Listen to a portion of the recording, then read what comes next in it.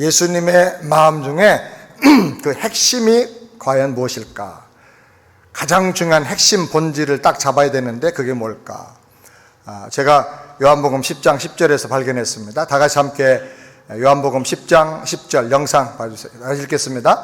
도적이 온 것은 도적이고 멸망시키는 뿐이요 내가 온 것은 양으로 생명을 얻게 하고 더 풍성히 얻게 하려는 것이라.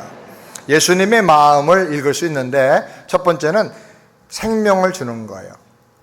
그 생명은 죽었다 사는 생명이 아니고 영원히 사는 생명, 하나님의 생명, 천국의 생명을 우리에게 주는 것입니다. 그렇기 때문에 우리가 예수 믿고 죄산 받고 영생 얻는 것이 가장 중요합니다. 아멘입니까? 그 다음에는 두 번째로 풍성히 얻게 하려 함이라. 생명만 있으면 뭐합니까? 삶이 풍성해야죠. 그래서 예수님은 우리를 풍성한 축복의 주인공이 되게 하기를 원하십니다. 우리가 예수 믿고 영생 얻었어도 이 땅에서 대충 엉망진창으로 살다가 죽어서 천국 간다. 그거 아닙니다. 그건 복음이 아닙니다. 이 땅에서부터 예수 안에서 참 풍성한 삶을 누리고 여기서부터 천국을 누리면서 우리가 살아야 될 줄을 믿으시기 바랍니다. 우리가 구약 성경을 보면 구약 성경이 세 부분으로 크게 되어 있는데 하나는 율법서, 하나는 선지서, 그 다음에 하나는 뭐예요? 지혜서. 자, 율법서는 뭐냐? 율법을 통해서 하나님의 계명을 통해서 우리의 죄를 깨닫게 하고 회개하고 우리의 구원의 희망은 선행으로 안 된다. 어린 양 예수를 믿어야 된다. 예수를 바라보게 하는 게 율법의 목적이에요. 죄를 깨달아 회개하고 예수 믿어 영생 얻게 하는 게 율법의 목적이에요. 그 다음에 선지서가 있는데 선지서는 하나님의 계명과 말씀을 지켜서 거룩한 백성이 되라는 거예요. 하나님을 믿으면 이제 삶이 변화되고 인격이 변화되어야 된다는 거예요. 그 다음에 세 번째가 뭐라고 그랬죠? 지혜서. 지혜서는 뭐냐? 하나님의 자녀답게 풍성한 삶을 살도록 지혜를 얻어라.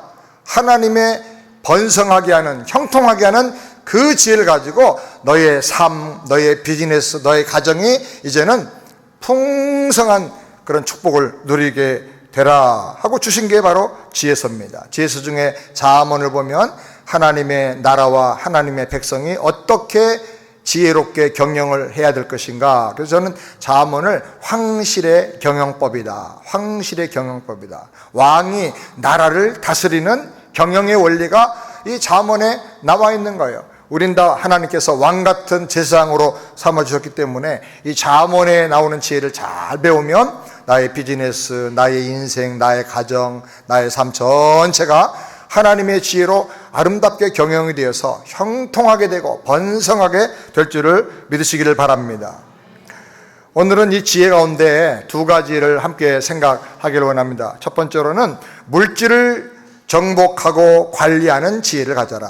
다 같이 옆에 있는 분들에게 서로 축복하겠습니다. 물질을 정복하고 관리하는 지혜를 가지시기 바랍니다. 잠언에 보면 물질관을 우리가 어떻게 가져야 할 것인가를 정확하게 가르쳐 줍니다. 잠언 22장 7절 다 같이 함께 읽겠습니다. 부자는 가난한 자를 주관하고 빚진 자는 채주의 종이 되느니라. 돈이라고 하는 것은 사람에게 어떤 강력한 영향력을 줘요. 그래서 있는 사람은 없는 사람에게 영향력을 줘요. 돈을 빌리는 사람, 돈 꼬서 산 빚쟁이는 돈을 빌려주는 사람에게 종되듯이 늘 영향받고 끌려다닌다는 거예요. 우리는 그래서 가난한 사람, 꾸러 다니는 사람 되지 말고 가난한 사람을 도와주고 베풀고 주님의 일을 할 수 있도록 많이 번성하는 사람들이 되어야 될 줄 믿습니다. 우리 새안의 성도들은 물질의 거부들이 좀 많이 나왔으면 좋겠어요. 아멘? 따라서 합시다. 믿음의 거부가 됩시다. 우리 교회 믿음의 거부들이 좀 앞으로 구름대처럼 나오게 되기를 바랍니다. 디모데전서 6장 10절 다 같이 함께 읽겠습니다. 돈을 사랑함이 일만하게 뿌리가 되나니 이것을 사모하는 자들이 미혹을 받아 믿음에서 떠나 많은 근심으로써 자기를 찔렀도다. 돈이 나쁜 것은 돈을 사랑하는 게 나쁜 거예요. 돈을 사랑해서 돈에 끌려다니고 그래서 돈 하면서 그 돈 때문에 근심이 자기 심장을 찌르고 자기 생명을 찌르고 자기 마음을 찔러서 상처를 받게 만드는 것, 이것이 나쁜 거예요. 우리는 돈에 마음을 빼앗겨서 근심으로 찔리고 끌려다니는 사람이 되지 말고 돈을 다스려야 돼요. 아멘입니까? 돈을 정복하길 바랍니다. 그래서 많은 돈을 여러분이 가져와서 많은 사람들을 먹여주고 도와주고 하나님의 일을 많이 하고 선교도 하고 선교지 교회도 많이 세우는 그런 믿음의 거부들이 다 되기를 바랍니다. 옆에 있는 분들 한번 축복합시다. 믿음의 거부가 되시기 바랍니다. 자, 그럼 어떻게 하면 돈을 우리가 잘 경영하면서 살 수 있는가? 첫 번째로 하나님이 물질의 주인이신 것을 인정해야 됩니다. 역대상 29장 다 같이 읽겠습니다. 부와 귀가 주께로 말미암고 또 주는 만유의 주제가 되사 손에 권세와 능력이 있사오니 모든 자를 크게 하심과 강하게 하심이 주의 손에 있나이다. 저는 목사기 때문에 가난한 사람들도 많이 만나고 또 아주 재벌급 부자들도 많이 만날 때가 있습니다. 이 부자들의 말을 들어보면 공통적인 고백이 있어요. 각각의 특성이 있지만 또 공통적인 고백이 있는데 그게 뭐냐면 내 능력을 넘어서 내 지혜를 넘어서 눈에는 안 보이는데 어떤 힘이 누군가가 자기를 도왔다는 거예요. 내가 거기 있게 해준 뭐가 있고 내가 그 사람을 만나게 된 뭔가가 있고 또 나한테 그런 기회가 왔을 때 딱 잡을 수 있는 그때 어떤 마음을 결정적으로 누군가가 줬다는 거예요. 그건 내가 아니라는 거를 많은 사람들이 말해요. 불신자들은 그 누군지 모르니까 운때가 좋았다. 운때가 좋았다. 그런데 사실은 잘 알아. 영적으로 보면 하나님께서 그를 도와주신 거예요. 아멘입니까? 성경에 말하기를 부요, 물질과 귀, 존귀하게 되는 것, 영광과 권세와 능력이 다 하나님께 있다. 하나님께서 각 사람에게 어떤 사람은 너는 이런 일을 해라 저런 일을 해서 물질도 맡겨주시고 권세도 하나님께서 맡겨주시는 것입니다. 그렇기 때문에 하나님의 뜻이 뭔가를 잘 알고 하나님의 거룩한 뜻대로 사람들을 도와주고 베풀고 귀한 일을 하겠습니다 하면서 마음을 정하고 하나님께 은혜를 구하시기를 바랍니다. 하나님께서 들어서 주셔야 되는 거예요. 두 번째로 적극적인 물질관을 가져야 합니다. 에베소서 4장 28절 다 같이 읽겠습니다.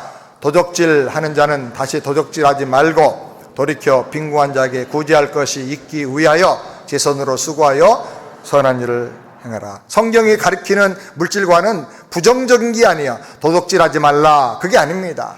남의 거 탐내지 말라 그게 아니라 열심히 너의 손으로 일을 해서 가난한 사람을 도와줄 수 있고 선한 일을 할 수 있을 만큼 열심히 일을 하라는 거예요.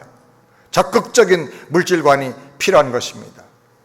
없어서 빌리러 다니고 남의 거 훔치고 그런 인생이 아니라 많이 벌어서 많은 사람을 도와주고 선한 일에 부유한 사람들을 다 되시기를 우리 주님의 이름으로 축원합니다. 세 번째로 게을러서 교만하지 말고 겸손히 배우라는 것입니다. 잠언 26장 16절 크게 읽겠습니다.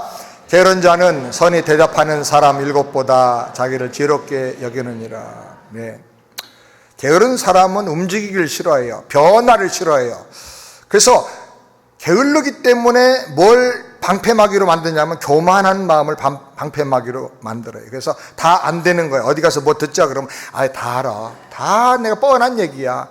왜 다 안다고 하느냐? 마음이 교만해서도 그런데 뭔가를 들으면요 마음이 괴롭거든. 움직여야 되고 변화해야 되니까 그게 부담스러우니까 안 들으려고 하는 거예요. 그래서 교만의 방패막이를 딱 쳐는 거예요. 다 아는 것처럼 하나도 몰라. 말하라고 하면 하나도 몰라. 그런데 다 안다고 말하면서 새로운 아이디어, 새로운 인포메이션, 새로운 챌린지를 거부하는 거예요. 게을러서 교만하지 말고 열심히 배워야 됩니다. 사업도 배워야 돼요. 한국에 보니까 꽈배기 하나 꽈가지고 달인 된 사람이 있어요. 전국에서 거기 꽈배기 먹으러 가. 꽈배기 하나 만드는 거 저절로 되는 거 아닙니다. 어떻게 하면 밀가루가 처지지 않고 눅눅해지지 않고 한번 꽈배기 튀기면 그냥 이게 한 일주일씩 바삭바삭 거린다는 거예요. 그거 비법이 있는 거예요. 가서 배우는 거예요. 연구하는 거예요. 그렇게 해야 달인이 되는 거예요. 짬뽕 하나 했어도 전국에서 거기 먹으러 몰려들고 단팥빵 하나 만드는데 전국에서 그 단팥빵을 먹으러 몰려드는 거예요. 저절로 되는 게 아니고 배워야 되는 겁니다. 겸손하게 배우길 바랍니다. 사업도 배워야 됩니다. 경영도 배우고 전문가들, 탁월한 사람들의 말을 잘 기울여 듣고 배워야 됩니다. 그 다음에 네 번째로 안일한 삶을 버리고 변화를 두려워하지 말아야 됩니다. 잠언 26장 14절 한번 다 같이 읽겠습니다. 문짝이 물줄기를 따라 도는 같이 게으른 자는 침상에서 구우느니라. 너무나 재밌죠? 사람이 문짝에서 빙글빙글 도는 것처럼 침상에서 안 일어나. 게을러서 그렇기도 하지만은 이 사람은 안일하게 살고 싶은 거예요. 변화가 없어. 변화가 맨날 똑같이 밥 먹고 문짝이 왔다 갔다 하는 것처럼 그 살만 사는 거예요. 그렇게 살면 그대로 살다 그대로 죽는 거죠. 변화가 필요해요. 변화가. 성경은 게으름에 대해서 여러 가지로 책망하는데 그 중에 하나가 변화를 싫어하는 게 게으름이에요. 게으름. 과감하게 여러분 변화를 시도하기 바랍니다. 세상이 얼마나 빨리 변하는지 몰라요. 옛날에 100년에 걸렸던 세상의 변화가 요즘은 1년도 안 돼서 다 일어나 버려요. 앞으로는 뭐 100년의 변화가 한 달에 다 일어날지도 모릅니다. 이런 세상에 살기 때문에 늘 변화를 시도하고 과감하게 변화를 우리가 추구해 나가야 되는 것입니다. 우리는 예수 안에서 날마다 새롭게 변화가 돼야 될 줄 믿습니다. 생각이 변화되고 우리 인격이 변화되고 그 다음에 우리의 삶의 자세도 변화가 돼야 되는 것입니다. 다섯 번째로 핑계대고 미루지 말아라. 잠언 26장 13절 다 같이 읽겠습니다. 게으른 자는 길에 사자가 있다 거리에 사자가 있다 하느니라. 사자가 어디 살아요? 예? 정글에 살아요. 숲속에 있어요. 어떤 사람은 창경원에 있어요. 그러는데 숲속에 있어요. 이 사자가 길에 있다고 핑계대는 거예요. 길에 나가서 뭔가를 해야 되는데 길에 뭐 이런 일이 있고 저런 일이 있고 핑계를 대는 거예요. 머리가 좋아요. 얼마나 그렇게 기가 막힌 핑계를 찾아서 연구해내는지 몰라요.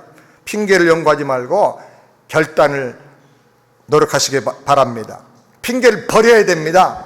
안 된다는 말 하지 말고 못한다는 말 하지 말고 한번 해보려고 노력을 해봐요. 그러면 하나님이 길을 열어주시는 겁니다. 할렐루야. 우리 교회는 안 된다는 말, 핑계대는 말 없는 교회가 됐으면 좋겠어요. 그 다음에 여섯 번째로 남이 해주기만을 바라지 말고 직접 실천을 해야 돼요. 잠언 26장 15절 다 같이 함께 읽겠습니다. 게으른 자는 그 손을 그릇에 넣고도 입으로 올리기를 괴로워하느니라. 참 성경은 얼마나 유머로 쓴지 몰라요. 하나님은 유머의 하나님이야. 여기 꿀떡이 있는데 배가 고파. 그릇에 손을 집어넣었어. 꿀떡이야. 근데 만지작거리고 입에다 안 집어넣는 거예요. 왜? 게을러서. 아주 이건 최고수의 게으름이죠.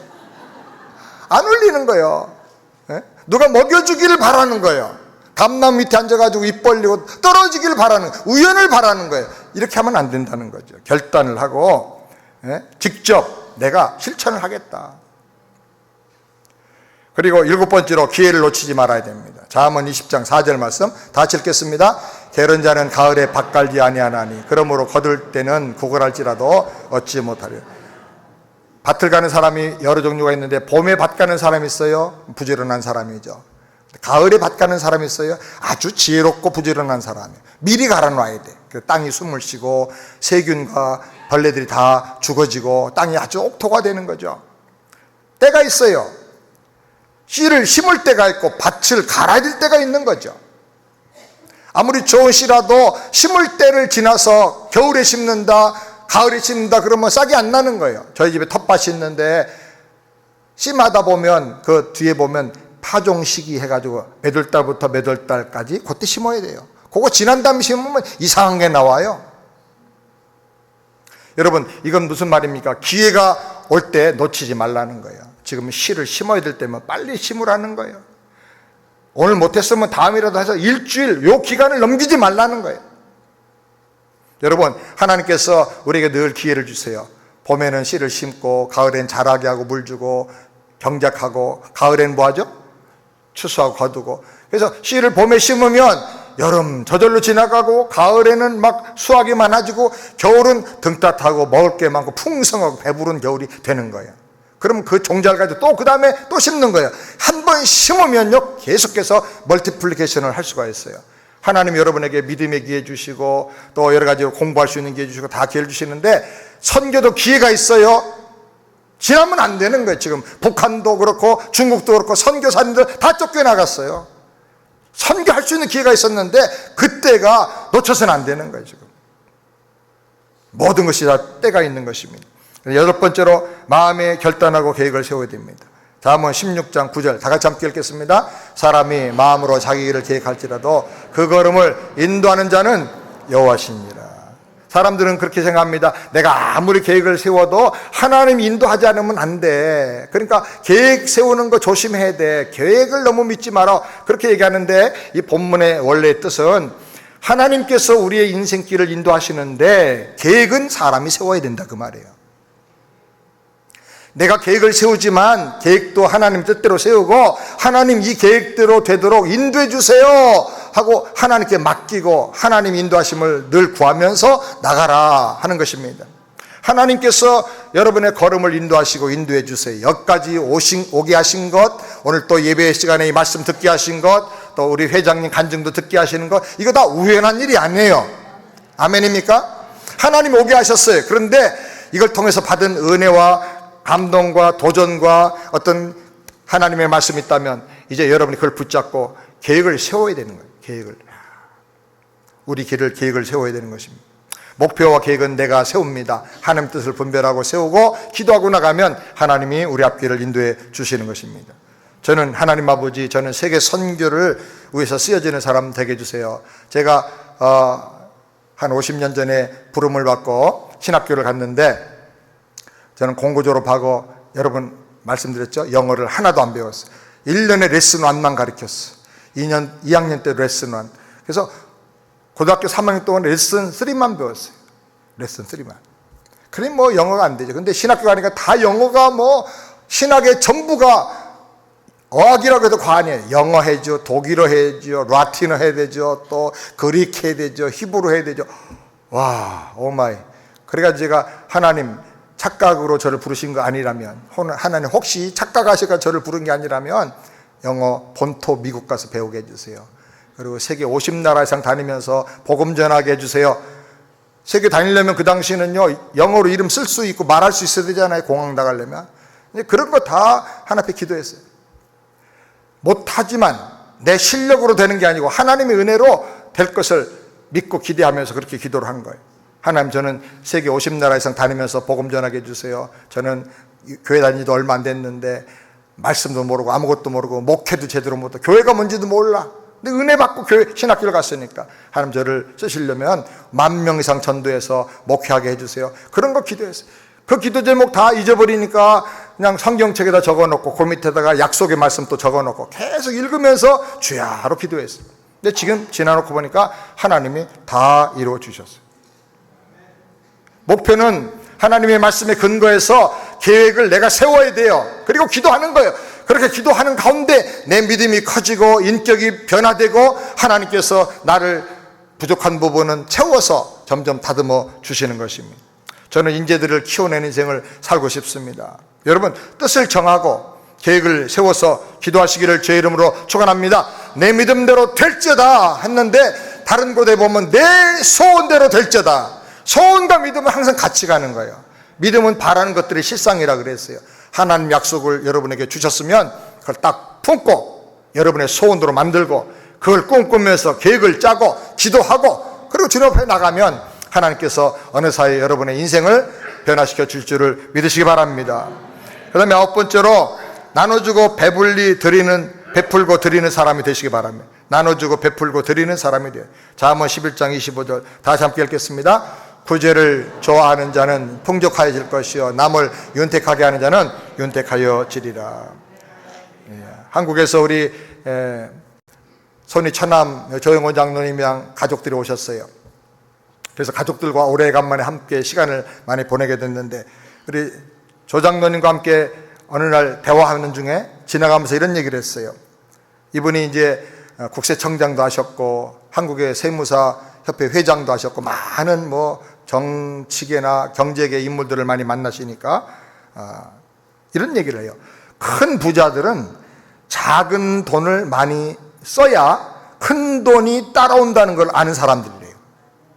작은 돈을 많이 쓰고 베풀어야 큰 돈이 따라온다는 거예요. 그래서 형님 자신도 많이 베풀려고 노력을 한대요.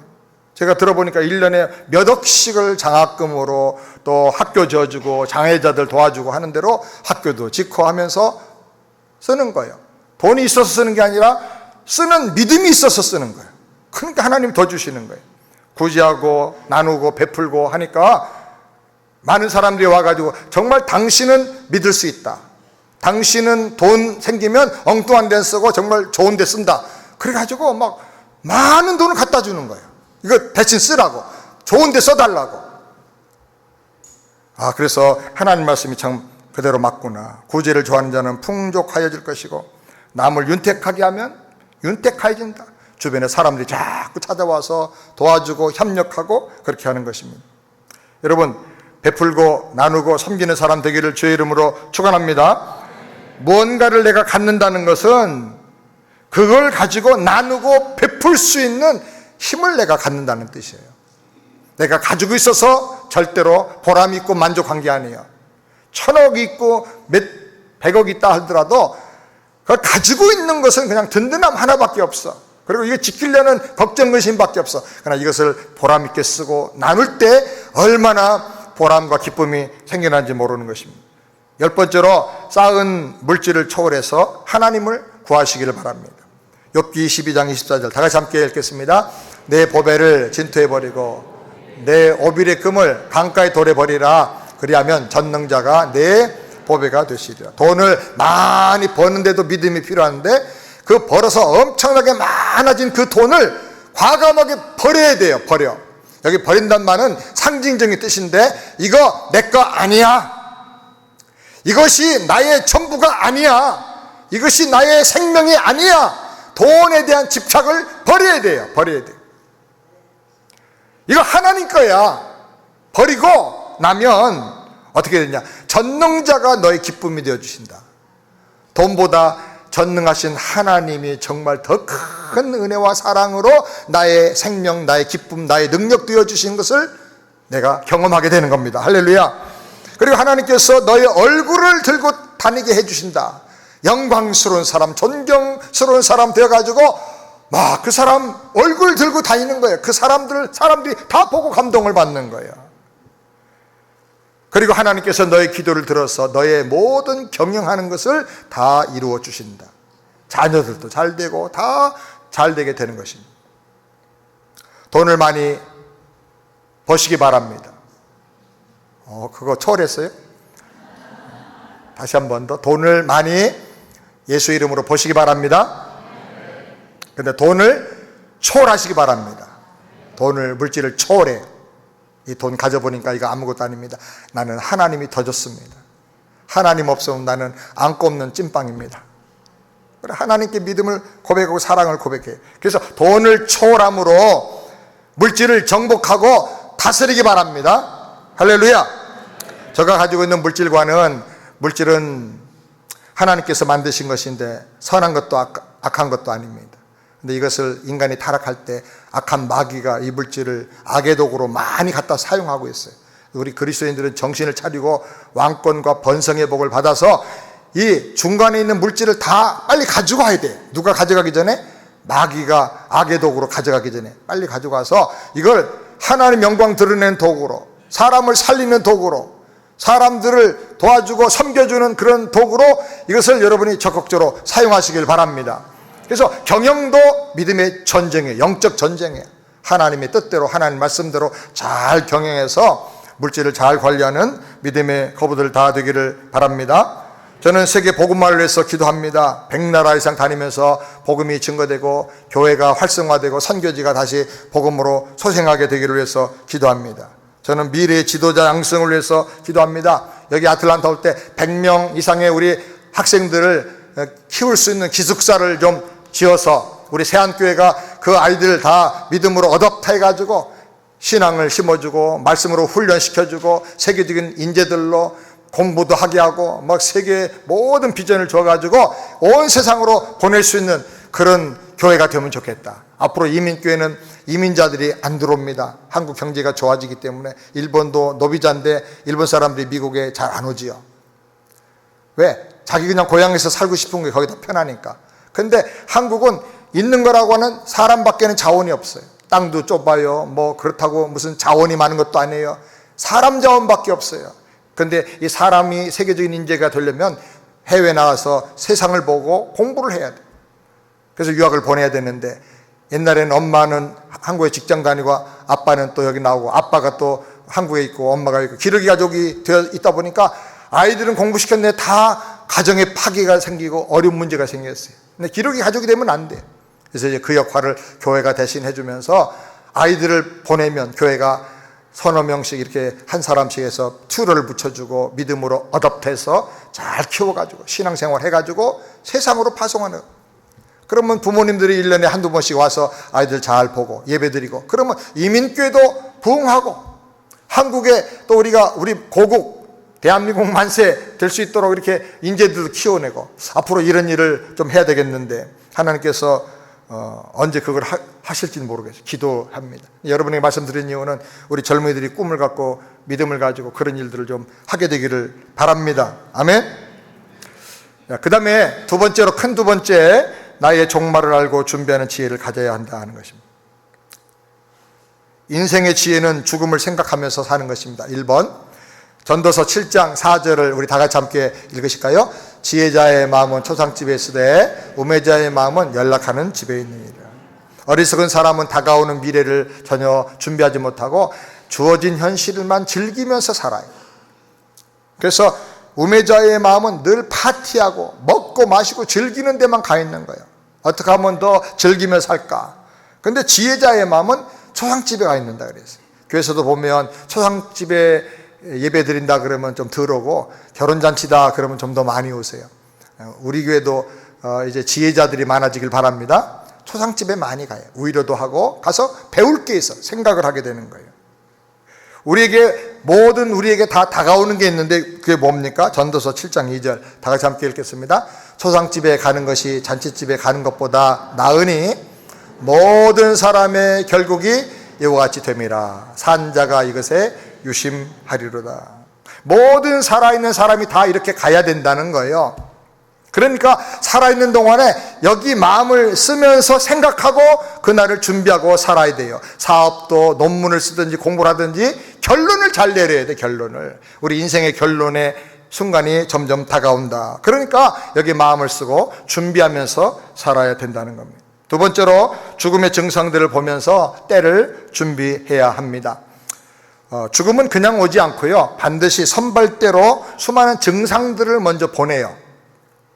어떤 선발대가 오느냐? 전도서 12장 3절 다 같이 함께 보겠습니다. 그런 날에는 집을 지키는 자들이 떨 것이며 힘 있는 자들이 구부러질 것이며 맷돌질하는 자들이 적음으로 그칠 것이며 창들로 내다보는 자가 어두워질 것이며. 이거 우리 몸을 이렇게 비유했는데, 그런 날에는 힘 있는 집을 지키는 자들이 떨 것이고, 우리 몸을 집으로 비유했어요. 집을 지키는 자들이 누굽니까? 다리예요. 다리가 후들후들 떨려요. 사람의 그 노인은 다리부터 늙어지기 시작해요. 다리가 참 중요한 거예요. 그 다음에 힘 있는 자들이 구부러질 것이고, 우리 몸에 제일 힘 있는 게 뭐죠? 허리가 자꾸 구부러지기 시작해요.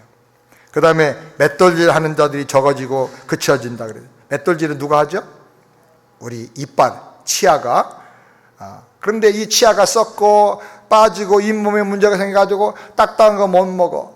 질긴 거 제대로 못 먹어. 옛날에는 막 갈비 먹으면 거기 뼈에 붙어있는 그 오돌오돌한 거 그거 씹어먹는 게 너무 맛있었는데 이제 그거 먹으라 해도 못 먹어. 그 다음에 창으로 내다보는 자가 어두워질 것이고. 누구죠? 눈이 어두워져요. 먼 데 있는 게 잘 보이고 가까이 있는 거 잘 안 보여. 4절 말씀 한번 또 보실까요? 4절 새 소리를 인하여 일어날 것이며 음악하는 여자들은 다 쇠해질 것이며. 노인이 되면 신경이 예민해져 가지고 조금만 바스럭거려도 그냥 깨. 한 번 깨면 새벽까지 잠을 못 자는 거예요. 저는 옛날에 연세 드시 나이가 들면 사람이 부지런해진 줄 알았어요. 연세 드신 분들이 새벽부터 막 걸어다니고 뭐 청소하고 막 그래서 노인들은 참 부지런하다 그랬는데, 알고 보니까 이게 부지런한 게 아니라 잠이 없어진 거예요. 또 그 다음에 음악하는 여자들은 쇠해지고, 노래하는 성대가 쉬고 변질되고 그래가지고 음이 막 흔들려. 제가 깜짝 놀랐는데 우리 임 회장님은 노래를 너무 타고나게 잘하시네요. 제음도 못 잡아. 마음이 변나고 왔다 갔다 하고. 그 다음에 5절 말씀 볼까요? 5절 다 같이 시작. 그런 자들은 높은 것을 두려워할 것이며 길에서도 놀랄 것이고 살구나무가 꽃이 필 것이고 메뚜기도 짐이 될 것이고 원역도 그치고. 예. 높은 것을 두려워해. 노인들이 제일 싫어하는 게 뭔지 아세요? 계단을 제일 싫어해요. 젊었을 때는 지하실도 있는데 뭐 바도 만들어 놓고 위에도 뭐 해가지고 집을 멋지게 꾸미는데 점점 갈수록 이제는 단층집만 찾아다니니까. 그 다음에 길에서도 놀라요. 마음이 약해져가지고 작은 일, 사소한 일에도 막 걱정, 의심이 많아지고 막 화가 나. 아무것도 아닌 일은 막 화를 내가지고 며칠씩 화를 안 풀고 그래요. 그 다음에 살구나무가 꽃이 핀다. 이건 뭐죠? 우리 머리가 다 살구나무 꽃 피듯이 난 허여스름해지는 거예요. 머리만 그런 게 아니라 얼굴까지 겉모습이 생겨가지고 허여. 어떤 분은 너무 급해가지고 막 30대에 머리가 하얘지는 사람도 있어요. 그거는 아주 초 스피드의 사쿠라죠. 그 다음에 메뚜기도 짐이 된다고 그래요. 메뚜기도. 젊었을 때는 명품백 제일 좋아합니다, 여자분들. 근데 이제 나이가 들면 명품백 다 걸어놔두고 먼지가 하얗게 먹고 아무것도 안 들고 다니려고 그래요. 성경책도 안 들고 와, 교회에. 저쪽에 본당에 가보면요, 거기 책꽂이에 성경책 많이 꼽혀 있어요. 이거 왜 놓고 가냐 했더니 잃어버린 게 아니고 두고 가는 거래요. 들고 다니기가 힘든 거예요. 메뚜기도 짐이 되는 거예요. 원욕이 그친다. 모든 욕망과 의욕이 사라져요. 여행 가는 것도 귀찮고 밥 먹으러 가자고 그래도 귀찮고. 6절 다 같이 보겠습니다. 6절. 은줄이 풀리고 금그릇이 깨지고 항아리가 삼겹에서 깨지고 바퀴가 우물에서 깨진다. 은줄이 풀려요. 우리 신경줄이 점점 느슨해져가지고 힘이 없습니다. 탄력이 없습니다. 운동신경이 무뎌져가지고 한번 넘어지면 큰 사고가 나요. 금그릇이 깨집니다. 얼굴이 쭈글쭈글해지고 항아리가 깨집니다. 심장 박동이 멈춰버리고 마는 것입니다. 실제로 보니까 흙은 여전히 땅으로 돌아가고 신은 그 주신 하나님께로 돌아가기 전에 기억하라. 7절. 흙은 여전히 땅으로 돌아가고. 흙이 땅으로 돌아가요. 우리 몸은 하나님이 흙으로 지으셨다 그랬는데 흙에 속한 이 몸은 땅으로 돌아가 묻혀서 썩어버리고 말아. 그리고 신은, 그 영혼은 주신 하나님께로 돌아간다. 그러니까 그 전에 기억하라는 거야. 그 전에 뭘 기억하느냐? 마지막 세 번째로 예수님을 믿고 영생을 얻어야 된다. 3번. 예수님을 믿고 영생을 얻어야 합니다. 옆에 있는 분들에게 한번 하겠습니다. 예수님 믿고 영생 얻어야 합니다. 영혼이 하나님께로 돌아가는데 어떻게 돌아가느냐? 히브리서 9장 27절 다 같이 읽겠습니다. 한 번 죽는 것은 사람에게 정하신 것이요 그 후에는 심판이. 한 번은 죽어야 된다. 아무도 거부할 수 없다. 다 죽어야 되는데 그 후에는 반드시 심판이 있다는 거예요. 근데 히브리서 9장 28절 너무 중요한 말씀입니다. 다 같이 시작. 이와 같이 그리스도도 많은 사람의 죄를 담당하시려고 단번에 들이심 받으셨고 구원에 이르게 하기 위하여 죄와 상관없이 자기를 반한 자들에게 두 번째 나타나시라. 예수님께서 많은 사람, 우리 모든 사람의 죄를 담당하기 위해서 단번에 자기 몸을 들이셨다 그랬어요. 십자가에서 희생제물로 자기 몸을 들여주셨어요. 왜? 우리를 구원에 이르게 하기 위해서. 예수님 십자가에서 마지막 하신 말씀은 다 이루었다 그랬어요.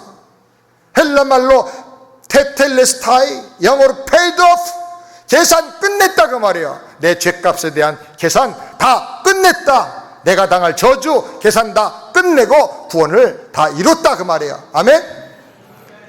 이 구원을 내가 받아들여야 돼요. 이 구원을 내가 받는 비결이 뭡니까? 예수님을 영접하는 거예요. 예수님을 믿는 거예요. 영접하는 자, 곧 그 이름을 믿는 자에게는 하나님의 자녀가 되는 권세를 주셨다 그랬어요.